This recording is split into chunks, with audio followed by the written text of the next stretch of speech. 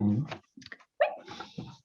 Bon, eh ben, bonjour à tous et toutes. Je suis ravi de vous accueillir. Alors, on est en visio, ce qui nous permet d'avoir plus de monde, même si un jour on verra pour en faire ça en présentiel. Donc, bienvenue à ce nouveau rendez-vous donc, qu'on a appelé dénommé Partenaires sur le pouce, qu'on essaye de mener à peu près une fois par mois. Une fréquence retenue dans le cadre de l'animation un peu du territoire du Nord Seine-et-Marne.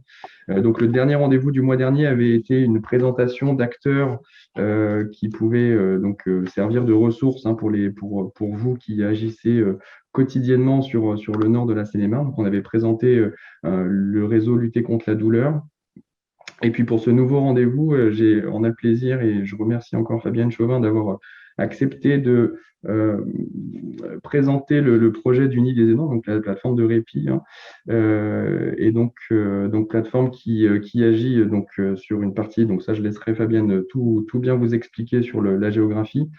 Et puis donc voilà, petite présentation, introduction pardon de ma part sur très rapidement, voilà, pour vraiment essayer d'être présent. Juste information, c'est que la session actuelle de visio elle est enregistrée.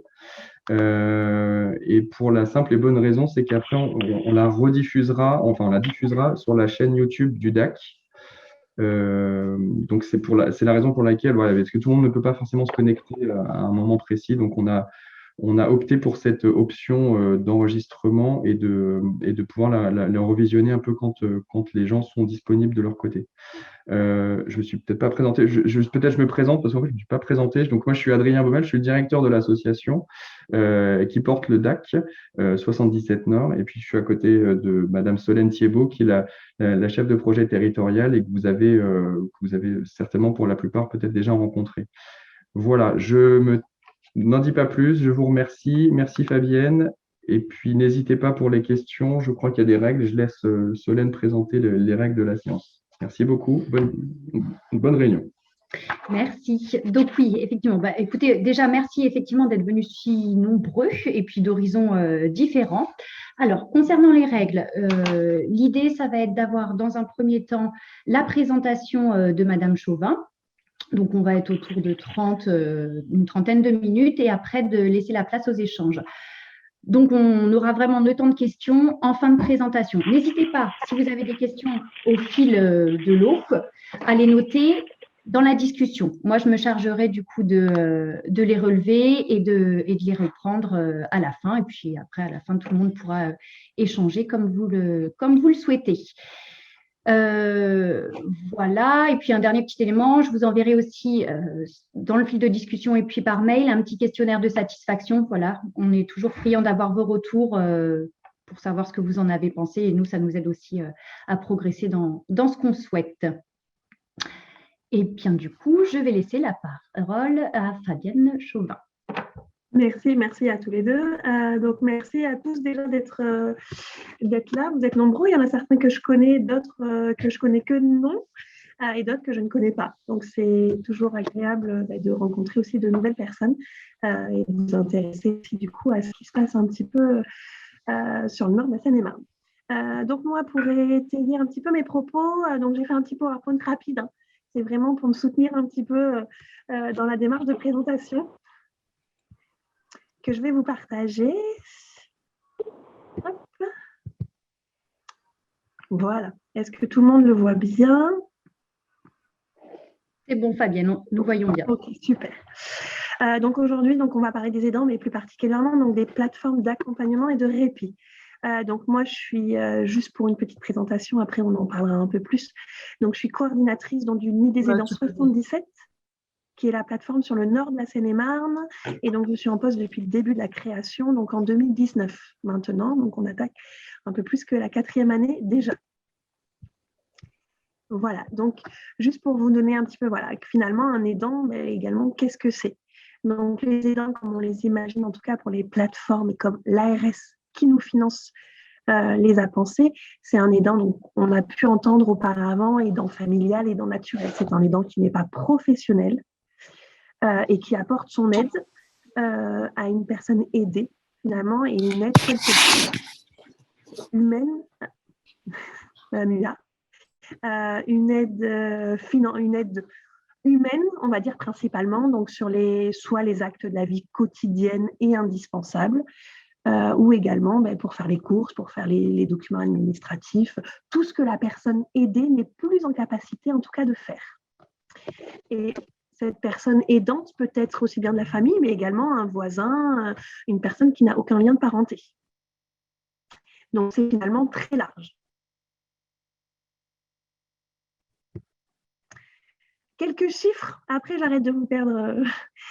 Quelques chiffres finalement, donc en tout cas à l'heure actuelle, 11 millions d'aidants sont déclarés, voilà, comme vous pouvez le voir. Après voilà, avec une petite disparité, et voilà, sur les derniers chiffres, on était à 4,3 millions qui accompagnaient une personne de 60 ans.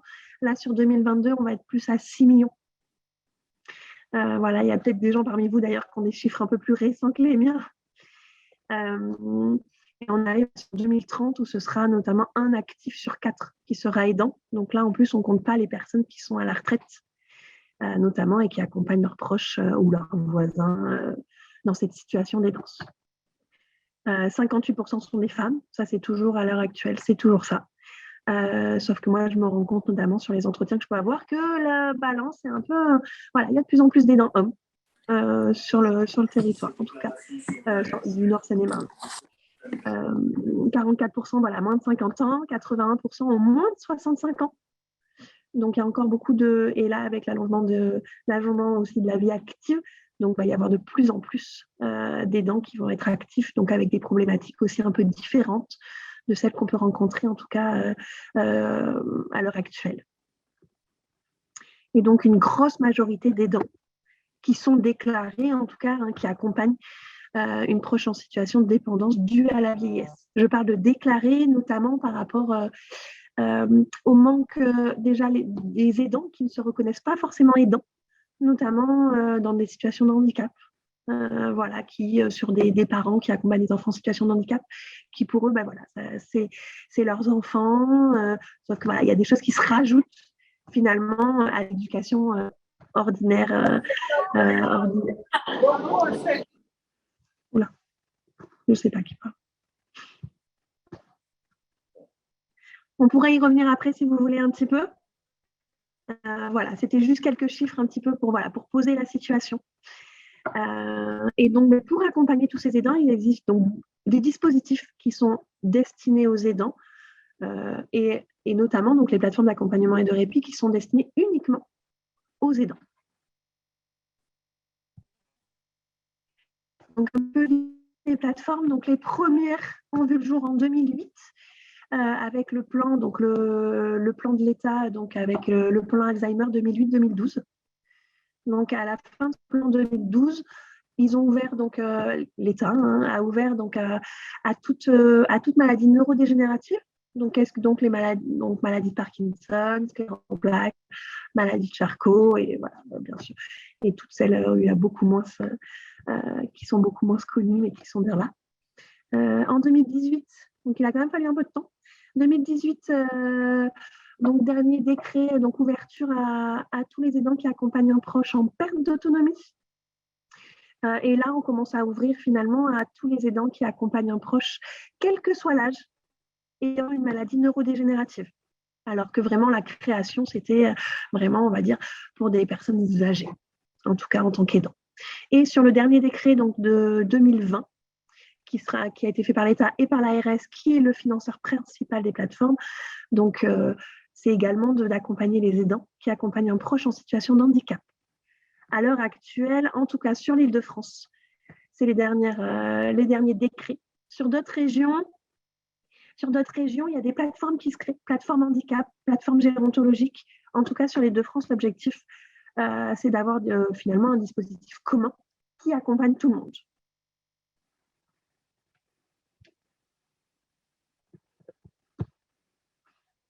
Donc, les missions des plateformes et les missions des plateformes, excusez-moi, va y avoir 3 missions principales que l'ARS, donc financeur principal, va nous demander. Donc, ça va être d'informer. Donc, d'informer, c'est quoi? Ça va être de rencontrer les aidants, de faire un petit peu le point de la situation et de voir ce qui est déjà mis en place en termes d'aide humaine, donc service à domicile, SIAD, infirmiers, médecins, kinés, tout ce qui peut faciliter un petit peu en tout cas la vie de l'aider, en termes donc d'aide humaine, aide technique et aide financière. C'est un petit peu de faire le point sur ces situations-là, sur la situation. Et après, un peu, moi, ce que j'aime bien dire, c'est d'être un peu les pages jaunes, finalement, de l'aidant. J'essaye, moi, en tant que coordinatrice de plateforme, de récolter toutes les informations. Alors, c'est toujours complexe, pour après, du coup, juste les orienter en toute objectivité, et voilà, de les orienter selon leur secteur, notamment d'habitation, vers les services qui ont tous des sectorisations aussi différentes, que ce soit les PAT, les MDS, les SIAD, les ESA, tous les dispositifs, les CESAD, tous les dispositifs qui existent. Donc ça, c'est un travail de partenariat qui évite aussi du coup à l'aidant d'aller chercher sur Internet où finalement il trouve de tout et il trouve aussi surtout de rien. Voilà. Et où les énergivores aussi, comme c'est énergivore, et ils n'ont pas forcément le temps et l'énergie de faire ces recherches. Et si sur une fois ils ont la mauvaise information, ils ne vont pas avoir forcément l'envie de continuer à chercher leurs recherches. Excusez-moi. Donc les autres missions, j'y reviendrai après plus spécifiquement sur en tout cas le dispositif qu'est le nid des aidants. Ça va être de former, donc de proposer des formations pour les aidants et d'animer, donc de proposer des animations, donc des activités de répit, donc soit pour l'aidant seul, soit pour l'aidant avec son proche, soit et pour l'aidant en collectif. Voilà. Tout ce qui, donc, toute mission et tout ce que je viens de vous dire, c'est vraiment général à toutes les plateformes, en tout cas de France.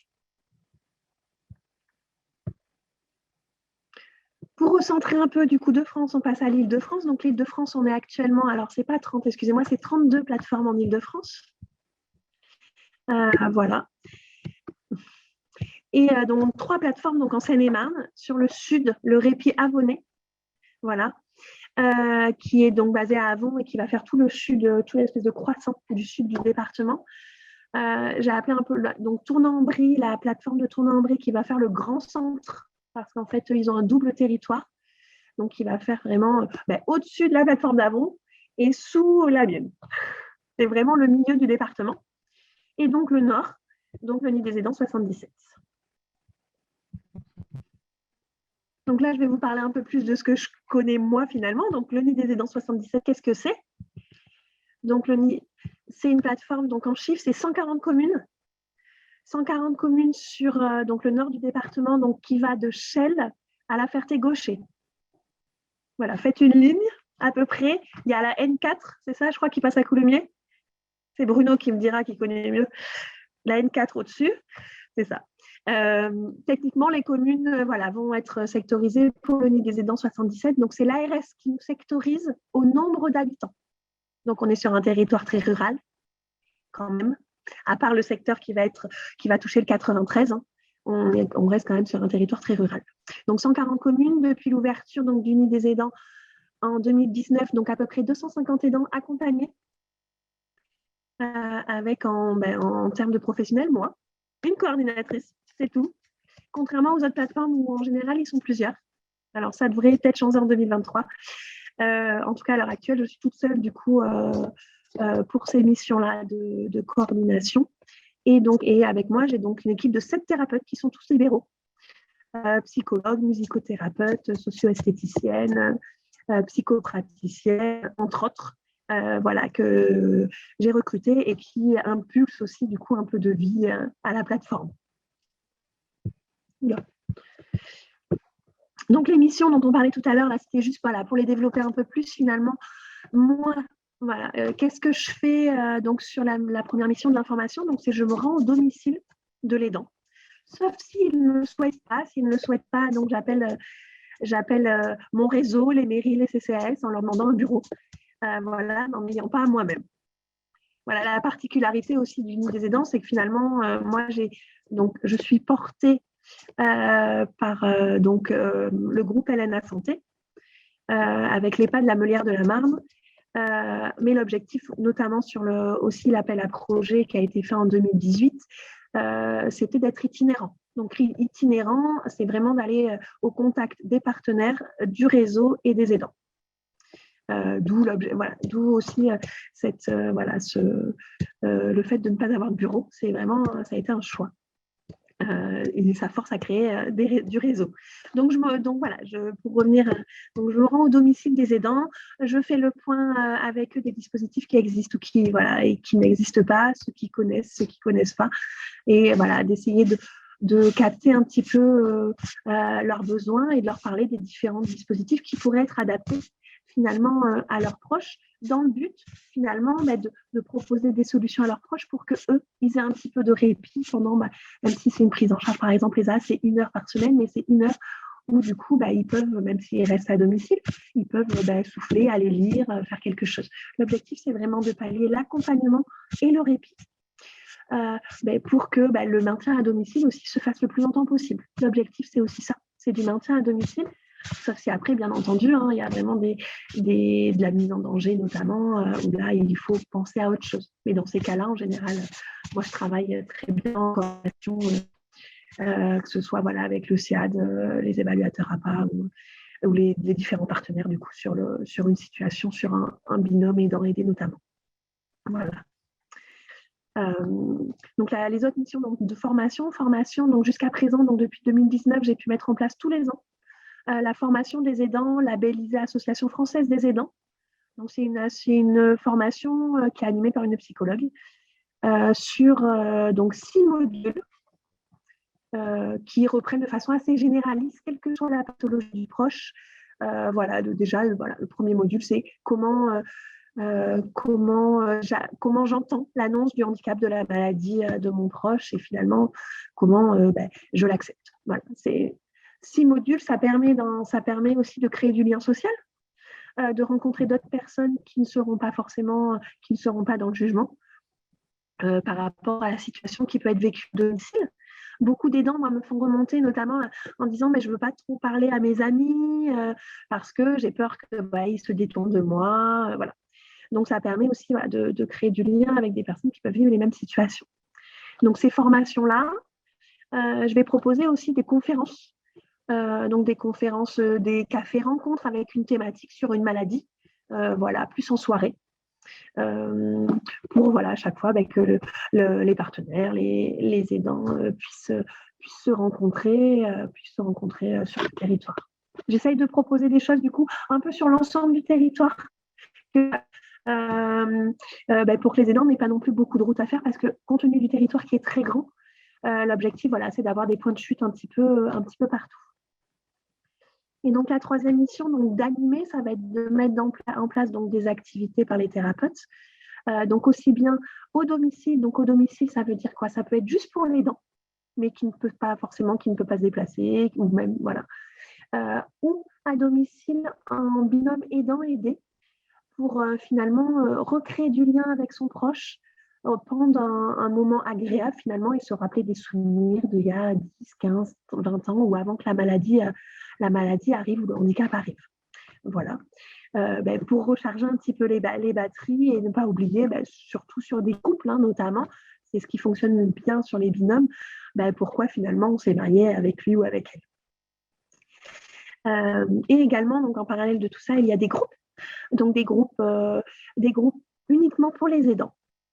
L'objectif, c'est de recréer du lien, de passer un moment agréable. On est toujours sur la même thématique, c'est vraiment de proposer du répit et de souffler pendant 1 heure, 2 heures ou même des demi-journées, avec des possibilités, avec les activités ou en parallèle, de financer des aides à domicile pour l'aider, qui n'a pas la capacité de rester seul chez lui. Pour les activités ou juste parce que l'aidant a besoin des fois juste d'un rendez-vous médical, a besoin des fois d'aller dans sa famille, voir ses petits-enfants, mais avec le proche, c'est trop compliqué parce qu'il y a des troubles cognitifs, parce qu'il peut y avoir des choses comme ça. Voilà, moi, je ne demande pas de justificatif. Les aidants, quand je les rencontre, c'est uniquement sur leur bonne foi, comme je le dis. Je n'ai pas besoin, moi, de notification APA, de notification MDPH. Voilà, c'est vraiment du dialogue, de la rencontre pour leur proposer les différents services, en tout cas, du nid des aidants et les différentes particularités de la plateforme.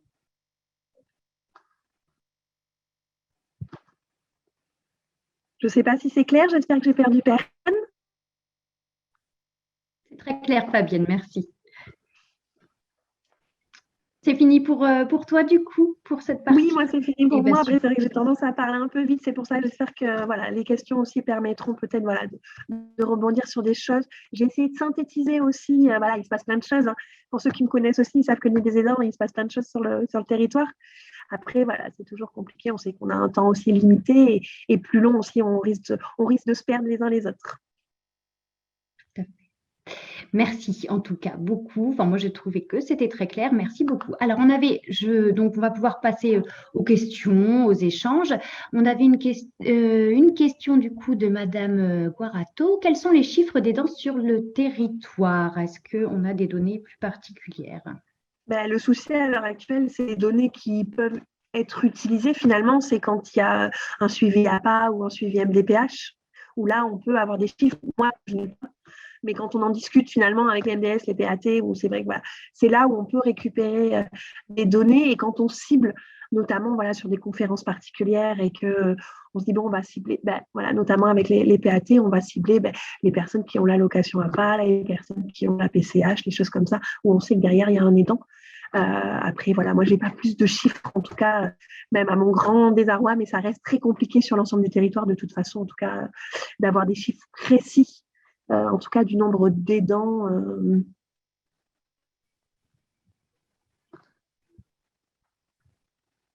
Très bien. Fabienne, merci Fabienne. Alors, on avait du coup une question du docteur Boson. Comment vous contacter? Mail, téléphone. On a Monsieur Loureiro qui a donné du coup l'adresse mail du NUD des aidants. Merci. Il y a un site internet. Voilà, il y a un site internet, il y a une page Facebook, il y a une page LinkedIn également. J'essaie d'être assez réactive. Le site internet est à jour avec du coup toutes mes coordonnées. Alors, le docteur Bonzo, je suis désolée, je sais que vous êtes à Lagny-sur-Marne. Et Lagny-sur-Marne, ça va être la plateforme en tout cas de Tournan-en-Brie. Merci pour la précision. D'ailleurs, sur ce point, si vous voulez, je vous enverrai, je vous ferai suivre par mail et pour les personnes qui regarderont le replay, on vous le mettra en document joint, une cartographie sur le territoire nord, justement, des communes sur lesquelles chacune des plateformes de répit intervient. Oui, la carte qu'avait fait la Maya était plutôt claire, c'est celle-là. C'est tout à fait celle-ci. Complètement. Alors, du coup, alors désolée, je ne sais pas si c'est monsieur ou madame la fin du CCASD Merinville. Je suis sur Merinville. Est-ce que je dépends du nid des aidants? Donc, à Merinville, ce sera Tournan-en-Brie également.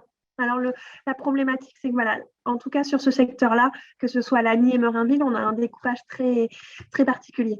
Donc, même sur des communautés de communes qui ont en plus été rattachées à l'heure actuelle sur d'autres communautés de communes, on est coupé sur certaines communautés de communes, même à l'heure actuelle.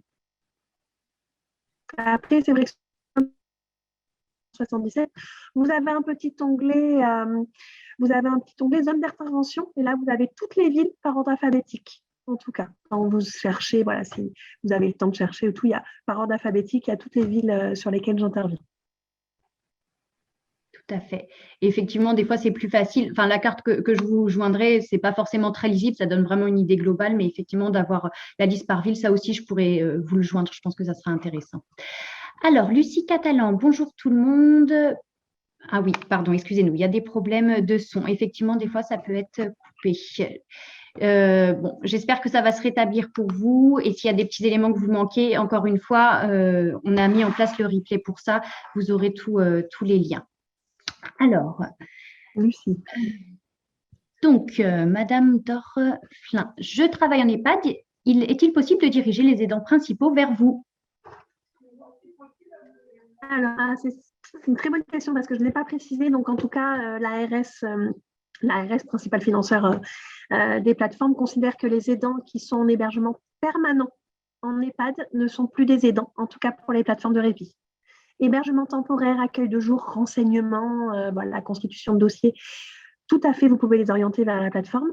Mais à partir du moment où le hébergement, maintenant, il n'est plus considéré, en tout cas, pour l'ARS dans les dispositifs des plateformes de répit.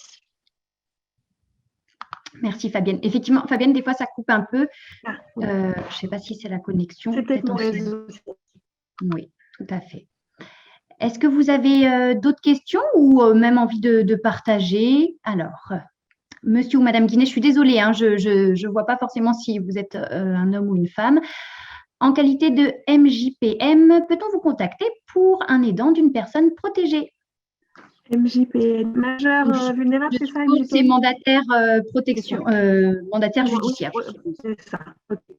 Oui, au contraire, bien sûr. Moi, je travaille avec certains tuteurs sur voilà, des accompagnements aidants-aidés. Parce que l'objectif, c'est vraiment, en fait, en étant un peu tous travailleurs finalement isolés, c'est vraiment de créer du lien, de coordonner les situations et de pas proposer plusieurs solutions qui pourraient aussi perdre de leur efficacité et perdre aussi les dents principales. Oui, donc les tuteurs, mandataires judiciaires, bien sûr, les orientations peuvent également se faire par vous. Il n'y a pas de souci.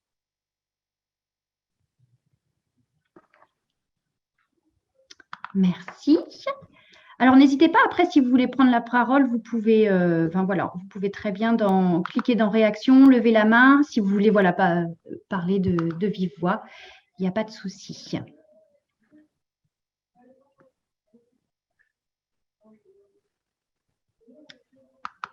Je pense que c'était clair, du coup, si je n'ai pas d'autres réactions.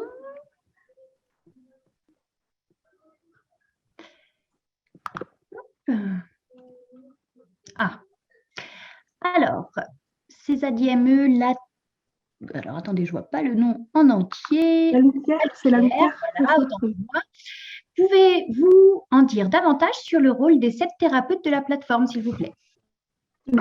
Alors, dans les 7 thérapeutes, déjà, il y a 2 psychologues. Donc, qui vont reprendre notamment les groupes de parole, mais qui font aussi du suivi individuel pour les aidants.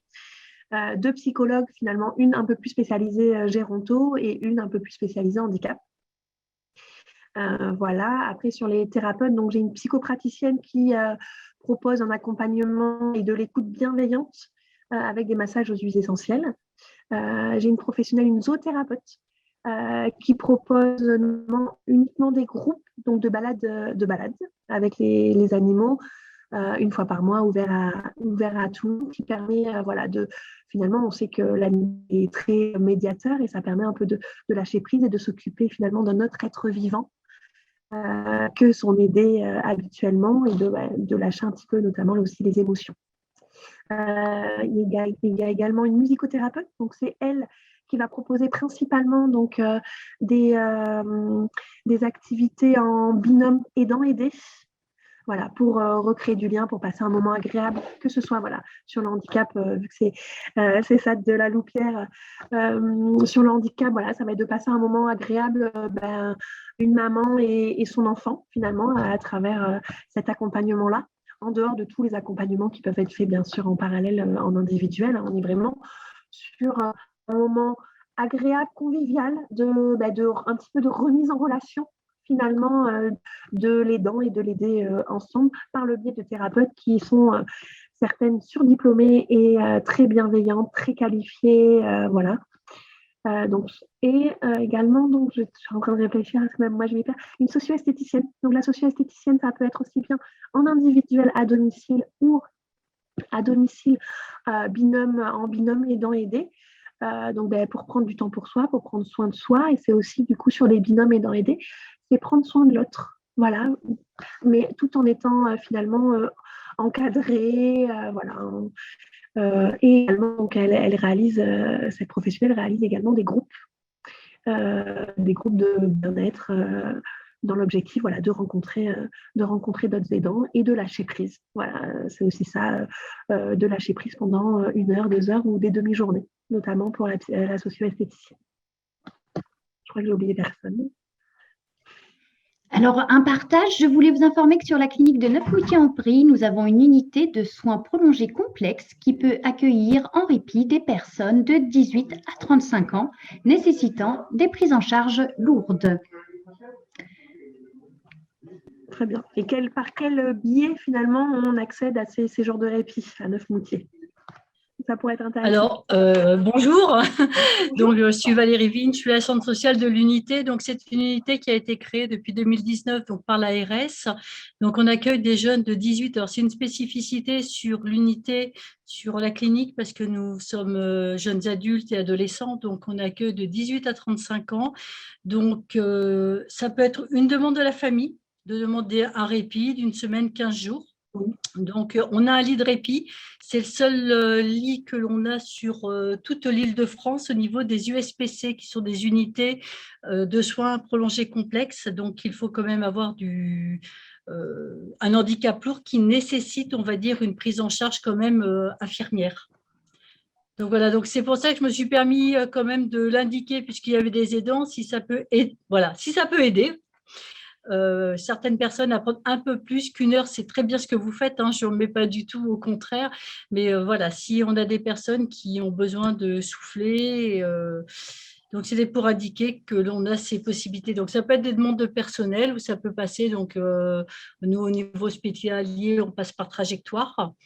Mais donc, je pourrais vous transmettre, si vous voulez, la plaquette qu'on est en train de refaire malheureusement, mais je pourrais vous donner les coordonnées donc, du service, si ça vous Oui. intéresse. En Oui, effet, tout c'est à toujours fait. intéressant. Donc, j'en ai pas forcément évoqué sur la présentation parce que c'est faut tout condenser.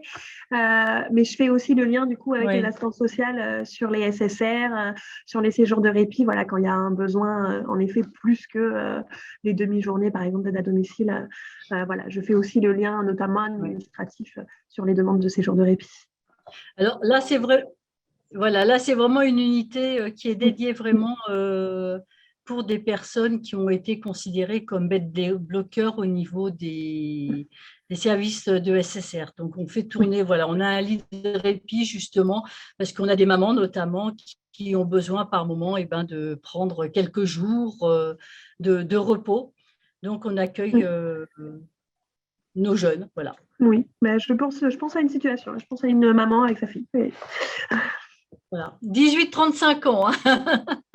On triche des fois un petit peu sur une autre unité, mais sinon, sur l'USPC, c'est du 18-35 ans. Oui, ben, elle rentre Voilà. dedans. Oui, oui. Merci. Merci. Alors, c'est Merci. parfait. On se tiendra au courant. Tout à fait. Alors, pouvez-vous aussi intervenir pour aider à trouver un accueil de jour, une fois ou deux, par demi-journée, par semaine, pour une personne protégée sur le secteur de l'ANI? Donc, du coup, sur le secteur de l'ANI, Fabienne, corrige-moi, ça sera plus la plateforme de Tournant.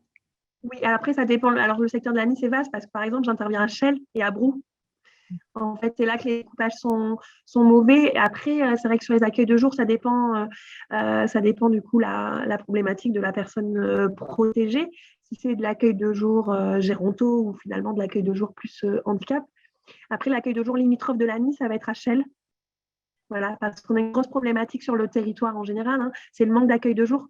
Donc après, voilà, renseignez-vous sur l'accueil de jour de Chelles si vous n'êtes pas. Et sinon, après, oui, en effet, sur la plateforme de Tournant en Brie qui, eux, pourront vous orienter un peu plus. Tout à fait. Alors, ensuite, savez-vous s'il y a ce même type de présentation pour les plateformes du centre et du sud? Alors, donc nous, c'est du coup le DAC 77 Nord qui a organisé cette présentation. On pourra éventuellement envisager une présentation avec la plateforme de Tournant de notre côté. Après, sur la plateforme du Sud, je peux suggérer l'idée à mes homologues du DAC Sud pour le faire sur leur territoire, voilà, s'il y a un besoin.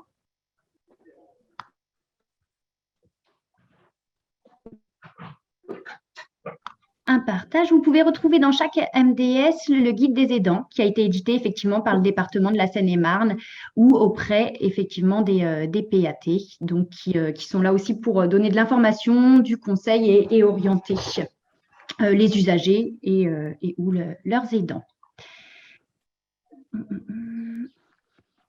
Quelqu'un qui nous quitte. Alors,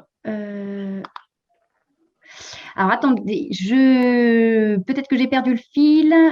C'est donc le SIAD, Madame Vuart. Le NUART, c'est l'ESA de je ne sais pas où.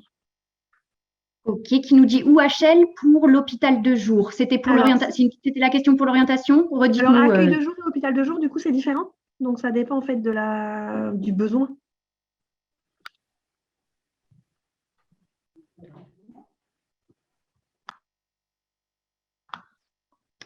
Merci. Ok. Avez-vous d'autres personnes qui souhaitent intervenir, poser des questions?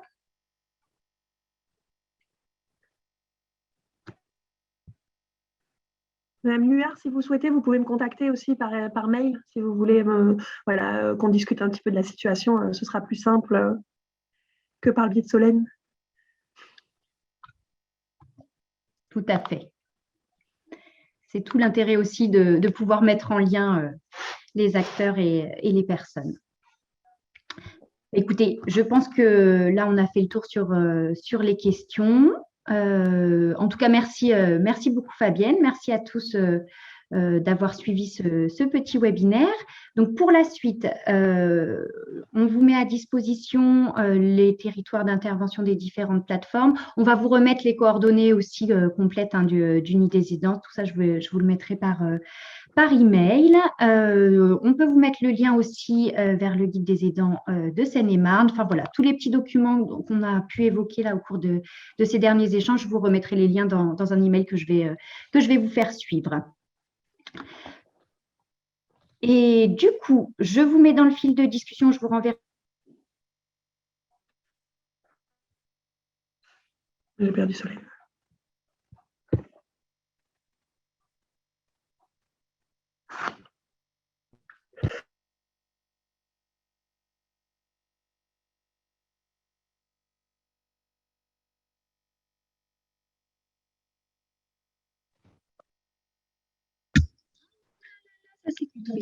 Non, j'ai été coupée. Ça y est, je suis revenue. Pardon, excusez-moi, j'ai été coupée. Je ne sais pas pourquoi, sûrement un problème de connexion. Désolée. Donc, je vous disais, je vous renvoie par mail pour la suite et ça sera mis en lien l'ensemble des documents qu'on avait à disposition. Je vous fais suivre dans la discussion le petit formulaire pour le questionnaire d'évaluation. Et puis, voilà, je remercie Fabienne. Est-ce que Fabienne, tu veux dire un dernier petit mot? Non. Merci beaucoup. En cas, là, je vois encore 42 participants. Donc, beaucoup de monde. Donc, c'est intéressant. Et n'hésitez pas, même si vous n'êtes pas sur le territoire, en tout cas, du Nid des aidants, quelle que soit votre profession. Tout à l'heure, je pensais au docteur Boson. Mais quelle que soit votre profession aussi, voilà, de communiquer sur les plateformes. Notre mission première, c'est vraiment d'accompagner tous les aidants et principalement les aidants. Donc, que ce soit service à domicile, d'en parler aussi à vos équipes qui sont sur le terrain, sur des situations où des fois on peut peut-être trouver des solutions, en tout cas ensemble, avant des hébergements un peu d'urgence finalement pour l'aider. Eh bien, écoutez, merci beaucoup. Je vous ai mis le petit lien. Merci à tous. Donc, on aura une prochaine session de hashtag partenaire sur le pouce courant mai. On n'a pas encore arrêté la date, mais d'ores et déjà, normalement, on devrait pouvoir avoir une présentation de l'équipe mobile de réinsertion et de réadaptation qui intervient également sur le nord de la Seine-et-Marne. Voilà. Eh bien, encore merci Fabienne. Bonne journée à tous. Et puis, à bientôt. Au revoir. Merci, à bientôt. Au revoir. Au revoir. Au revoir.